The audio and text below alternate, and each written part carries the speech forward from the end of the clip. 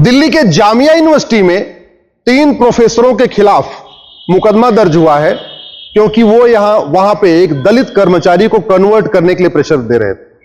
वो एक दलित कर्मचारी को कह रहे थे कन्वर्ट हो जाओ, तुम्हारे साथ भेदभाव बंद हो जाएगा, नहीं कन्वर्ट होगे तुम्हारा प्रमोशन रुक जाएगा। जामिया यूनिवर्सिटी एक माइनॉरिटी यूनिवर्सिटी है। वैसे तो जामिया पहले सबके लिए थी, लेकिन 2004 में कानून बना के कांग्रेस ने उसको माइनॉरिटी यूनिवर्सिटी घोषित कर दिया। दूसरा, ये कन्वर्जन कोई सामान्य व्यक्ति नहीं कर रहे हैं, मुल्ला मौलवी नहीं कर रहे हैं, बल्कि यूनिवर्सिटी के प्रोफेसर कर रहे हैं। इससे आप समझ सकते हैं कि सोच कैसी है। भारत की पूरी डेमोग्राफी बदलने का मूल कारण धर्मांतरण है, और यह धर्मांतरण आज से नहीं हो रहा है। 15वीं शताब्दी में भारत में एक भी मुस्लिम नहीं था, सब के सब हिंदू थे। 15वीं शताब्दी में आज का जो अफगानिस्तान जो पहले गंधार कहलाता था, वहां भी 100% हिंदू थे। आज का पाकिस्तान जो पहले कैकेय कहलाता था, जहां से माता कैकेयी आई थी, वहां भी 100% हिंदू थे।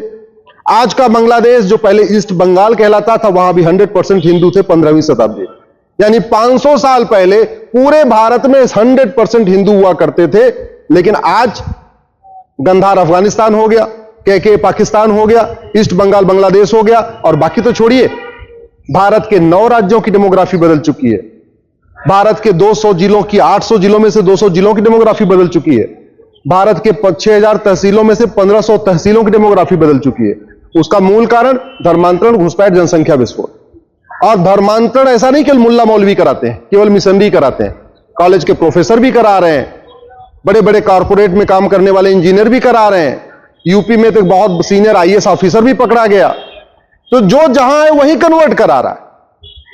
और क्यों? क्योंकि पहली बात तो शिक्षा हमने ठीक से नहीं किया। जो मुगलिया शिक्षा थी, मदरसे चल रहे थे, उसको हमने बंद नहीं किया। दूसरा, हमने शिक्षा का भारतीयकरण नहीं किया। समाधान शिक्षा का भारतीयकरण, दूसरा कानून का खौफ। मुगल यहां सत्ता के लिए नहीं आए थे, मुगल यहां पे केवल और केवल इस्लाम का प्रचार करने आए थे। अंग्रेज यहां सत्ता के लिए नहीं आए थे, अंग्रेज केवल और केवल क्रिश्चियनिटी का प्रचार करने आए थे। यह धर्मांतरण हमारी राष्ट्र की सुरक्षा के लिए खतरा है। राष्ट्र की सुरक्षा के लिए जो खतरा होता है, उससे निपटने के लिए हमारे पास कानून है, NSA, नेशनल सिक्योरिटी एक्ट। लेकिन पुलिस लगा नहीं रही है, क्योंकि हमने नेशनल सिक्योरिटी एक्ट में कन्वर्जन को शामिल नहीं किया। हमने नेशनल सिक्योरिटी के लिए क्या क्या खतरे हैं उसको डिफाइन नहीं किया। धर्मांतरण देश की एकता अखंडता के लिए खतरा है। जिन 9 राज्यों में हिंदू खत्म हो चुके हैं, 1500 तहसीलों में खत्म हो चुके हैं, 9 राज्यों में 800-200 जिलों में खत्म हो चुके हैं, वहां एकता अखंडता खत्म हो चुकी है, भाईचारा खत्म हो चुका है, संविधान काम नहीं करता, लोकतंत्र वहां खत्म हो चुका है। इसके बावजूद हमने UAPA नहीं लगाया आज तक किसी भी धर्मांतरण कराने वाले मिशनरी और जिहादी पे। क्यों? क्योंकि हमने UAPA में जो देश की एकता अखंडता के लिए खतरा है, वो हम कहीं डिफाइन ही नहीं किया कि धर्मांतरण देश की एकता अखंडता के लिए खतरा है। धर्मांतरण एक वेजिंग वॉर है। अल्टीमेटली भारत की डेमोग्राफी बदलने के लिए तो यहां पे मुगल आए, भारत की डेमोग्राफी बदलने के लिए यहां पे अंग्रेज आए। ये इनडायरेक्ट वॉर है, लेकिन वेजिंग वॉर की धारा भी है। पहले इंडियन पिनल कोड में भी थी, आज की डेट में जो भारतीय न्याय संहिता आई उसमें भी वेजिंग वॉर है। लेकिन वेजिंग वॉर क्या होता है, वेजिंग वॉर किसको माना जाएगा, धर्मांतरण वेजिंग वॉर है कि नहीं है, ये हमने उसमें डिफाइन नहीं किया। इसलिए पूरे देश में कोई भी पुलिस वेजिंग वॉर की धारा नहीं लगा रही कन्वर्जन कराने वाले मिशनरी और जिहादियों। धर्मांतरण एक ऑर्गेनाइज क्राइम है, कई लोग मिलकर करते हैं, संगठित अपराध है। कोई उनको लिटरेचर देता है, कोई उनको डायरेक्शन देता है, कोई उनको पैसा देता है, सब कुछ अलग अलग करते हैं। इसके बाद भी हम गैंगस एक्ट नहीं लगा रहे हैं, गुजकोका नहीं लगा रहे, मकोका नहीं लगा रहे। सबसे बड़ा देशद्रोह है धर्मांतरण। भारत के लोगों को, हिंदुओं को, जो वसुधैव कुटुंबकम को मानते हैं, नारी तू नारायणी को मानते हैं, संविधान को मानते हैं, समता समानता समरसता को मानते हैं, उनको ऐसे विदेशी रिलीजन में कन्वर्ट कर देना जो सबको एक समान मानता ही नहीं, जो महिला पुरुष को समान नहीं मानता, जो सभी इंसान को समान नहीं मानता, जहां पे बोलने की आजादी नहीं है, सोचने की आजादी नहीं है, तर्क करने की आजादी नहीं है, न इक्वलिटी, न जस्टिस, न लिबर्टी, न फ्रेटर्निटी, न यूनिटी, न नेशनल इंटीग्रेशन, जहां पे राष्ट्र प्रथम का कोई कॉन्सेप्ट नहीं है, ऐसे रिलीजन में कन्वर्ट करना सबसे बड़ा देशद्रोह है। और देशद्रोह की धारा है, नई वाली भारतीय न्याय संहिता में भी है। लेकिन देशद्रोह क्या होता है हमने उसमें डिफाइन नहीं किया, इसलिए धर्मांतरण कराने वाले मिशनरी और जिहादियों के ऊपर देशद्रोह की धारा नहीं लग रही। इसीलिए धर्मांतरण चल रहा है। धर्मांतरण तब रुकेगा ना जब कानून का खौफ होगा। धर्मांतरण तब रुकेगा जब धर्मांतरण कराने वाले मिशनरियों, जिहादियों और उनके मददगारों की 100% संपत्ति जब्त होगी, उनकी सिटीजनशिप खत्म होगी, नागरिकता खत्म होगी, आजीवन कारावास, फांसी दिया जाएगा, तब धर्मांतरण रुकेगा।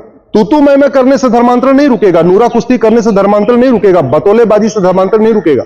और एक बात और जो सबसे इंपॉर्टेंट मैं पूछना चाहता हूं, जब कोई हिंदू अपनी जाति नहीं बदल सकता, एक दलित ब्राह्मण नहीं बन सकता, एक ब्राह्मण दलित नहीं बन सकता, एक क्षत्रिय वैश्य नहीं बन सकता, एक वैश्य क्षत्रिय नहीं बन सकता, एक जाट आदिवासी नहीं बन सकता, एक आदिवासी जाट नहीं बन सकता। जब हिंदुओं में अपनी जाति बदलने का प्रावधान नहीं है और संविधान भी जाति नहीं बदलने देता है, तो फिर वही हिंदू अपना धर्म कैसे बदल लेता है? कैसे बदल सकता है? मैं ब्राह्मण हूं, मैं कोई और जाति नहीं अपना सकता, संविधान इजाजत नहीं देता, कानून इजाजत नहीं देता, तो फिर मैं अपना हिंदू धर्म कैसे छोड़ सकता हूं?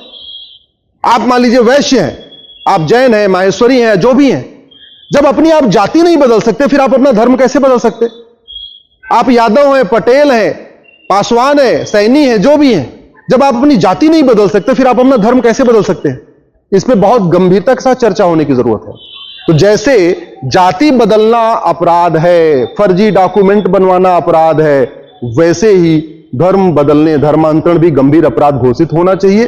धर्मांतरण कराने वाले मिशनरी और जिहादियों पे एनएसए लगना चाहिए, यूएपीए लगना चाहिए, देशद्रोह की धारा लगना चाहिए, वेजिंग वॉर की धारा लगना चाहिए, गैंगस्टर एक्ट लगना चाहिए, 100% संपत्ति जब्त होना चाहिए, इनकी नागरिकता खत्म होनी चाहिए, इनको आजीवन कारावास, फांसी देना चाहिए। यही तरीका है धर्मांतरण रोकने का और यही तरीका है भारत को बचाने का।